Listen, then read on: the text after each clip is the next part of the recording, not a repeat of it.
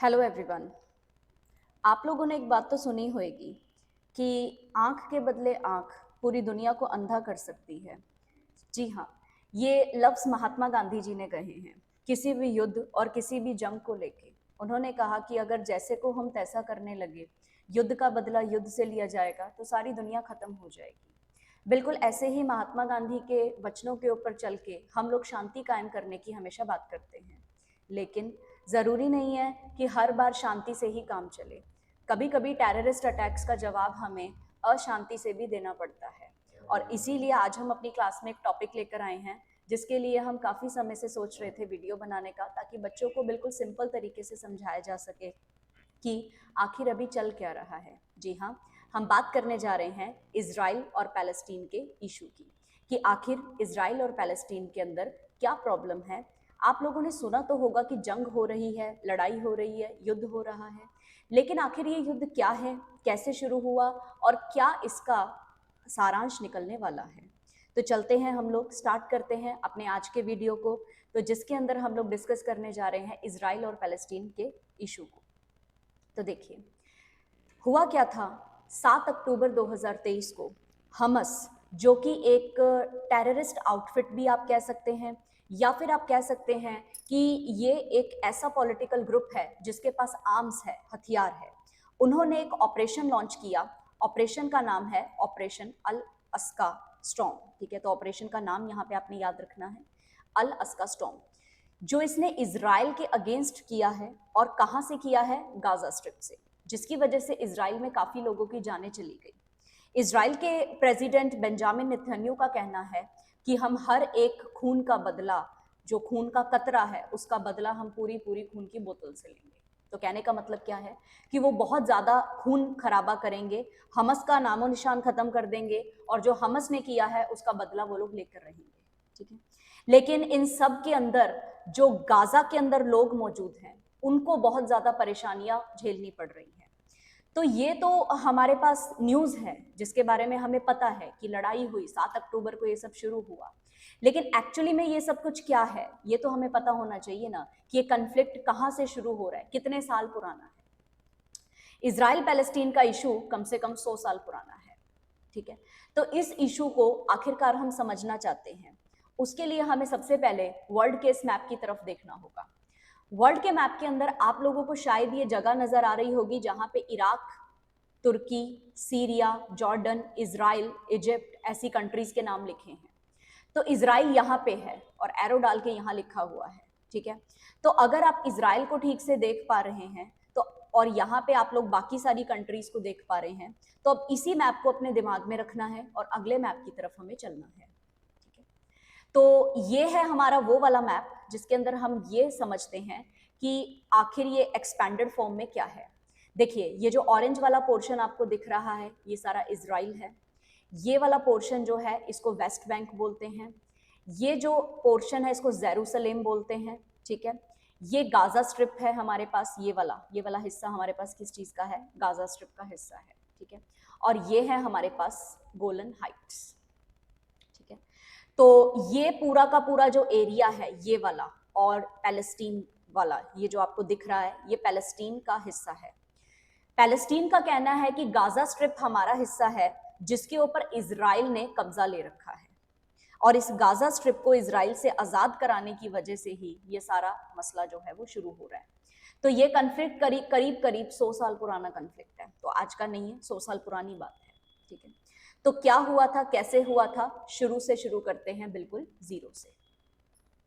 अगर आप इस मैप को ध्यान से देख पा रहे हैं तो ये काफी पुराना मैप है, यानी कि सन 1914 के अंदर जब हमारे पास रशिया इतनी बड़ी कंट्री हुआ करती थी, यहाँ पे हमारे पास बहुत सारे कंट्रीज हैं जिसमें आपको एक तुर्की दिख रहा होगा। तो तुर्की के साथ यहाँ पे अरेबिया दिख रहा है, इटली दिख रहा है, इजिप्ट दिख रहा है, लेकिन जो आज का हमने नया मैप देखा वैसा कुछ नहीं दिख रहा है। क्यों? क्योंकि ये वर्ल्ड वॉर 1 से पहले का मैप है। जब हमारी वर्ल्ड वॉर हुई थी, पहला विश्व युद्ध हुआ था, वो 1914 से लेके 1918 तक चला। तो ये वो विश्व युद्ध के समय का हमारा नक्शा है जिसके अंदर हमारे पास अलग से कुछ है। यहाँ पे तुर्की तो लिखा हुआ है, लेकिन तुर्की से भी पहले इसका कुछ और नाम हुआ करता था। तो देखते हैं क्या नाम था। तो सबसे पहले हम देखते हैं इस मैप की तरफ। तो इस मैप के अंदर ये जो पिछले मैप में आपने तुर्की देखा, उसको इसी मैप में आप देख रहे हैं ऑटोमन एम्पायर के नाम से, ठीक है। जी हाँ, बिल्कुल सही है। 1918 के अंदर जब विश्व युद्ध पहला खत्म हो गया था, तो इस विश्व युद्ध के विजेता जो कंट्रीज थी, उसमें क्या हुआ था कि जो ऑटोमन एम्पायर आपको यहाँ पे दिख रहा है, ये हार चुका था जंग में बुरी तरह, और ब्रिटेन ने इसके ऊपर अपना कब्जा ले लिया था। तो ब्रिटेन ने ऑटोमन एम्पायर के एक हिस्से पैलेस्टीन के ऊपर अपना पूरा कंट्रोल ले लिया था। उस पैलेस्टीन के अंदर जूइश माइनॉरिटी थी और अरब मेजॉरिटी में, ठीक है। जूइश एक ग्रुप है, माइनॉरिटी हम किसे कहते हैं, जिनकी जनसंख्या कम होती है, ठीक है, जिस धर्म की जनसंख्या या कह दो आप लोग कम होती है। तो अरब जो लोग हैं, अरेबिक यानी कि अरब लोग हैं जो, वो लोग तो इस्लाम धर्म को फॉलो करते हैं, ठीक है। लेकिन जो जूइश हैं, जूइश जुडाइज्म को फॉलो करते हैं, जुडाइज्म को। तो धर्म अलग अलग हैं और इनके धर्म की जनसंख्या कम है, तो इन्हें हमने माइनॉरिटी ग्रुप कह दिया। जिनके धर्म की जनसंख्या ज्यादा है उन्हें हमने मेजॉरिटी ग्रुप कह दिया, ठीक है। तो ऑटोमन एम्पायर में इस तरीके से पैलेस्टीन के एरिया के अंदर काफी सारी जूइश माइनॉरिटी कम मात्रा में थी और अरब मेजॉरिटी उसमें ज्यादा मात्रा में थी। फिर क्या होता है, ब्रिटिश ने सोचा, ब्रिटिश का मैंडेट क्या था, ब्रिटिश को इंटरनेशनल ऑर्गेनाइजेशंस के से ऊपर एक थोड़ा सा ना मतलब प्रेशर था। उस प्रेशर के अंदर उसने ये कहना शुरू किया कि हम एक काम करते हैं कि ये जो दो मतलब ग्रुप्स हैं, एक तो जो जूइश हैं और एक जो अरब्स हैं, ठीक है, इन दोनों के बीच में लड़ाई झगड़ा हो रहा है ना, तो इस लड़ाई झगड़े का एक हल है हमारे पास। हल क्या है कि जूइश के लिए पैलेस्टीन के अंदर एक अलग से एरिया बना दिया जाए। तो ये पूरा का पूरा हमारे पास पैलेस्टीन है और पैलेस्टीन के अंदर एक जूइश ग्रुप बना दिया जाए, बाकी अरब लोग पैलेस्टीन में रहेंगे, जूइश लोग अपना एरिया अलग बना के रहेंगे। और रही बात कैपिटल जेरूसलेम की, तो जेरूसलेम जो है वो इंटरनेशनल ऑर्गेनाइजेशंस के द्वारा संभाला जाएगा, ठीक है। तो अंतरराष्ट्रीय संस्थाएं जेरूसलेम को संभालने के लिए तैयार थी और इन दोनों के बीच में जो विवाद चल रहा है, जो कन्फ्लिक्ट चल रहा है, उसको खत्म करने का सिर्फ एक ही तरीका था कि जूइश के लिए एक अलग से होमलैंड बना के दे दिया जाए, यहाँ पे एक छोटा सा एरिया इनको दे दिया जाए और इनकी माइनॉरिटी को यहाँ पे रहने का मौका दिया जाए। बाकी सारा एरिया अरब्स के पास हो और अरब्स जो हैं वो अपने मेजोरिटी में रह रहे हैं, जैसे काम कर रहे हैं, व्यापार कर रहे हैं, अपना करते रहे, ठीक है। लेकिन ये बात जूइश को तो जच गई, लेकिन किसको नहीं जची, अरब्स को नहीं जची। इन्होंने कहा नहीं, इस जूइश माइनॉरिटी को हमारे देश से निकाल दिया जाए, इसको हमारे एरिया में रहने का अधिकार नहीं है, पैलेस्टीन में रहने का अधिकार नहीं है। तो ब्रिटेन जो चाहता था उसकी वजह से शांति तो नहीं कायम हुई, पीस तो नहीं कायम हुई, बल्कि इन दोनों ग्रुप्स के अंदर टेंशन बढ़ गई, बहुत ज्यादा इंक्रीज हो गई, जिसकी वजह से बहुत ज्यादा सालों तक ये कन्फ्लिक्ट चलता रहा, ठीक है। तो इस कन्फ्लिक्ट का रिजल्ट क्या निकला कि जब ब्रिटिश अथॉरिटीज पूरी तरह से हार मान लेती हैं कि नहीं, अब हमारे हाथ में कुछ नहीं बचा है, ठीक है, तो जब उन्हें लगता है कि हम कुछ नहीं कर सकते, तो ब्रिटिश अथॉरिटीज अपने आप को वहां से विड्रू कर लेती हैं, मतलब वो पैलेस्टीन को पूरी तरह से छोड़ देती है। जब पैलेस्टीन को पूरी तरह से छोड़ दिया जाता है, तब अरब लोग अपने मतलब कामों में बिजी थे, जिसकी वजह से जूइश लीडर्स को एक मौका मिला और उन्होंने क्या किया, सारे एरिया को इजराइल नाम दे दिया। तो समझ आया आपको कि ये पूरा का पूरा जो इतना बड़ा आप इजराइल देख रहे हो वो कैसे बना। पहले ये सारा एरिया क्या था, पैलेस्टीन का एरिया था। पैलेस्टीन में एक छोटा सा एरिया बनाने की बात कर रहे थे जो जूइश के लिए होना चाहिए था, ठीक है। लेकिन जूइश लोगों ने जो है वो इतने ज्यादा पावरफुल निकले कि मुट्ठी भर लोगों ने मिलकर पूरा का पूरा जो है इजराइल खड़ा कर दिया, जिसका विरोध पैलेस्टीन ने किया। और पैलेस्टीन ने उसके बाद कई कन्फ्लिक्ट्स किए, कई लड़ाइयाँ की। 1987 के अंदर पैलेस्टीन के अंदर एक जो अरब लोग थे उनकी वजह से एक ग्रुप पैदा हुआ जिसका नाम था हमस। हमस का मतलब है, फुल फॉर्म है हराकत अल मुवक्कम अल इस्लामिया, जिसका मतलब होता है इस्लामिक रेजिस्टेंस मूवमेंट। एक ऐसी मूवमेंट हम लोग लड़ने जा रहे हैं इस्लाम की तरफ से, क्योंकि अरब लोग इस्लाम को फॉलो करते हैं ना। इस्लामिक रेजिस्टेंस मूवमेंट हम लोग चलाने जा रहे हैं, जिसके अंदर कोई और प्रजाति के लोग या किसी और धर्म के लोग हमारे देश में नहीं आएंगे, ठीक है। तो हमस क्या है, एक पॉलिटिकल ग्रुप है जिसके पास मिलिट्री कैपेबिलिटी है। तो 1987 के अंदर हमस बन गया और फिर शुरू हुआ कभी ना खत्म होने वाला एक जंग का ऐसा माहौल जिसके अंदर बहुत सारी जानें गई। इजराइल और पैलेस्टीन का इशू, जी बिल्कुल, जैसा कि हम लोगों ने स्टार्टिंग में डिस्कस किया था, ये इशू 100 साल पुराना इशू है। तो इतने सालों से ये इशू चलता आ रहा है, इतने सालों से कभी ना कभी रह रहकर लड़ाइयां होती जा रही हैं, और अब अचानक से फिर से एक और लड़ाई देखने का हमें मौका मिला। ठीक है, तो ये जो लड़ाई है जब चल रही थी, तो इसके अंदर एक बहुत ही महत्वपूर्ण रोल प्ले किया था उस समय यूएस प्रेसिडेंट बिल क्लिंटन के द्वारा। बिल क्लिंटन, ये जो आप सेंटर में शख्सियत देख रहे हैं, ये यूएस प्रेसिडेंट बिल क्लिंटन है। इन्होंने एक समिट किया जिसका नाम रखा गया कैंप डेविड समिट। 11 जुलाई 2000 में इन्होंने ये समिट जो है लेकर गए वहां पे। इजराइल और पैलेस्टीन, ठीक है, इजराइल और पैलेस्टीन के दोनों ही प्रमुख लोगों को साथ में बिठाया और इनके साथ शांति कायम करने की बात की। लेकिन यूएसए की इस गतिविधि की वजह से इसमें आग में घी डालने वाला काम हो गया। ठीक है, तो बिल क्लिंटन ने कोशिश तो बहुत की थी कि इन दोनों का मसला हल करा दें, लेकिन यूएस के बारे में हम सब लोग अच्छी तरह से जानते हैं। ठीक है, अपने सेल्फनेस को काफी ज्यादा मतलब वो महत्व देता है। ठीक है, अभी तो चलो बहुत अच्छे रिलेशंस है हमारे यूएसए के साथ। ठीक है, लेकिन शुरू से ही यूएस जो है एक सेल्फिश कंट्री रही है।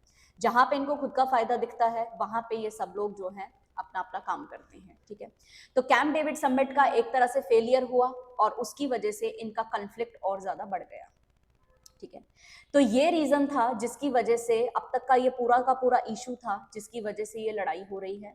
कैंप डेविड समिट के बाद तो हालात बहुत ज्यादा बिगड़ गए और अब ये हालात हैं कि जंग जो है वो चल रही है। अब दोनों देशों के अंदर शांति कायम करने का सिर्फ और सिर्फ एक ही नजरिया है, जो ब्रिटिश पहले से चाहता था, जो ब्रिटेन ने मैंडेट दिया था, वो था बाई नेशनल स्टेट का, कि इन दोनों की आपस में पीस कायम कराई जाए, संधि करवाई जाए और बिल्कुल एक बाई नेशनल स्टेट बना दिया जाए। जो गाजा के लोग भुगत रहे हैं, गाजा के अंदर जो भी अटैक्स हो रहे हैं, ठीक है, गाजा में करीब करीब 2.5 लाख लोग हैं। ठीक है, तो 2.5 लाख लोगों में ज्यूइश भी हैं और अरब्स ज्यादा हैं। ठीक है, तो अरब्स के ऊपर बहुत ज्यादा संकट के बादल छाए हुए हैं, क्योंकि उन लोगों को छोटी छोटी समस्याओं से जूझना पड़ रहा है।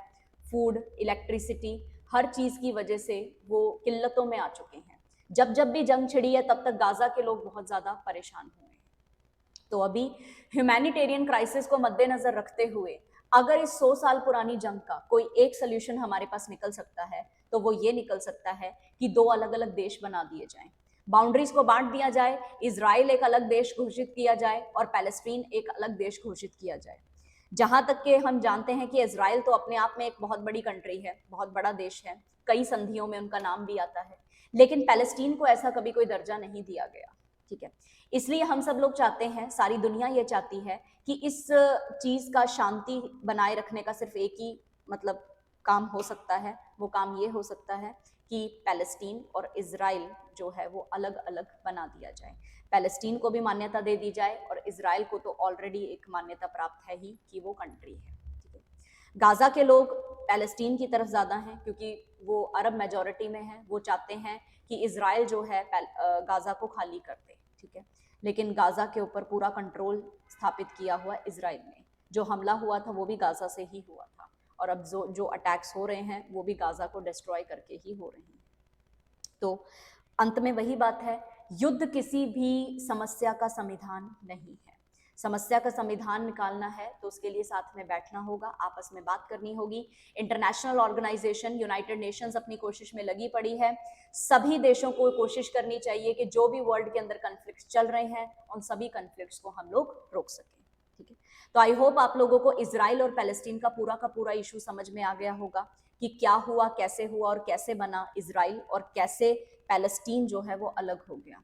जूइश माइनॉरिटी में थे लेकिन फिर भी वो अरब मेजॉरिटी पे कैसे भारी पड़े। तो आई होप इस वीडियो में सारे पॉइंट्स आपको क्लियर हो गए होंगे। तो चलते हैं, हम लोग फिर मिलेंगे आपसे किसी और वीडियो के अंदर किसी और मुद्दे को डिस्कस करते हुए। तब तक के लिए हैव अ नाइस डे। जय हिंद, जय भारत।